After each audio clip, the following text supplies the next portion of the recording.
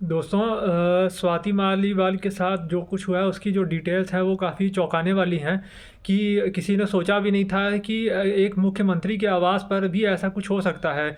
लेकिन जहाँ कहीं भी आम आदमी पार्टी का नाम जुड़ जाए, अब कुछ भी सुन के जो है आश्चर्यजनक ऐसा नहीं लगता है।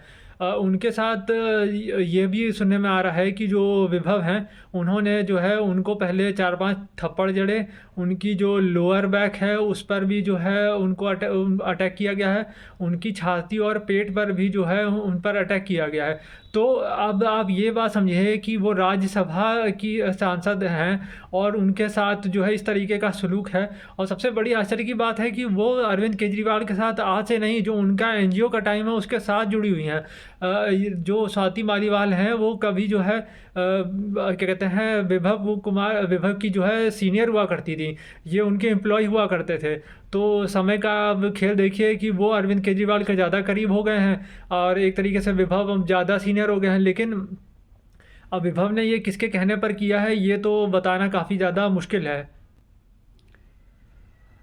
अब आम आदमी पार्टी के लिए जो है आगे कुआं पीछे खाई हो गया है, क्योंकि जो इंडिया अलायंस के जितने भी उनके साथी हैं, वो देखा जाए तो उसमें कांग्रेस जो है वो एक तरीके से उनके तो आम आदमी पार्टी की थोड़ी चुटकी ले रही है। और देखा भी जाए तो पंजाब और दिल्ली में जो है, जो पंजाब का खासकर का कैडर है वो कभी नहीं चाहता था कि आम आदमी पार्टी के साथ उसका गठबंधन हो। और जो दिल्ली में तो वैसे भी कुछ ऐसा प्रचार करके भी आम आदमी पार्टी कांग्रेस की कुछ मदद कर नहीं सकती है। तो मेरे हिसाब से जो है ये गठबंधन हमेशा से ये बेमेल गठबंधन था, क्योंकि अगर आप पिछले लोकसभा चुनाव को देखिए तो सारी सारी सीटें जो है बीजेपी ने जीत ली थी। और इस बार भी लग रहा है कि बीजेपी सारी सारी लोकसभा सीटें जीत जाएगी। और ये पंजाब में जो है बीजेपी की कुछ सीटें बढ़ने की संभावना ज़रूर दिख रही है। और कांग्रेस जो एक समय पर जो है सबसे ज़्यादा बड़ी पार्टी हुआ करती थी पंजाब की, वो आज जो है मतलब दिखाई नहीं पड़ता कि वो कहाँ पर है। और कांग्रेस के साथ ये खाली पंजाब की कहानी नहीं है, ये लगभग हर राज्य की कहानी है।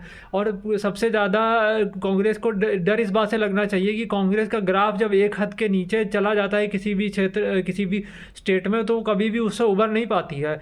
बीजेपी के साथ ऐसा कभी नहीं होता। बीजेपी अगर जो है जैसे सरकार से किसी स्टेट से बाहर हो जाए तो भी जो है वो अधिकतर अगले चुनाव में बड़े दमखम के साथ लड़ती है और दूसरे स्टेट में जो है उसी स्टेट में दोबारा से सरकार भी बना लेती है। लेकिन कांग्रेस के साथ ऐसा नहीं होता है। इसकी वजह ये है कि कांग्रेस की अपनी कोई विचारधारा आजकल के टाइम में बची ही नहीं है। और विचारधारा की ताकत दोस्तों जो लोग भी नहीं समझते वो काफ़ी ज़्यादा होती है।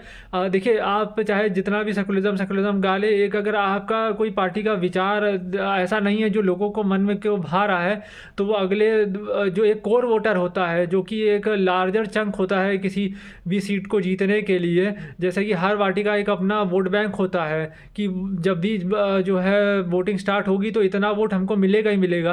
कांग्रेस पार्टी वो खो देती है और वो इसीलिए जो है वो उस पर्टिकुलर स्टेट से जो है साफ हो जाती है। अब तो लग रहा है कि पंजाब में भी जो है खाली आगे चल के जो है आम आदमी पार्टी और भाजपा ही जो है मेन दो जो है आपकी पार्टियां बचेंगी। अकाली दल भी बिल्कुल समझ लिए एक तरीके से ख़त्म ही है, क्योंकि वहाँ पंजाब में लोग अकाली दल को पसंद नहीं कर रहे हैं।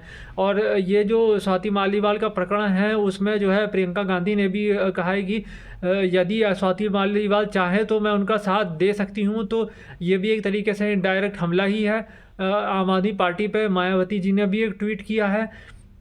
तो अब आप ये देखिए कि सुप्रीम कोर्ट से ज़मानत मिलने के बाद जो है ऐसा लग रहा है कि आम आदमी पार्टी के या कहें तो केजरीवाल जी के जो है दिन कुछ ज़्यादा ही ख़राब हो गए हैं।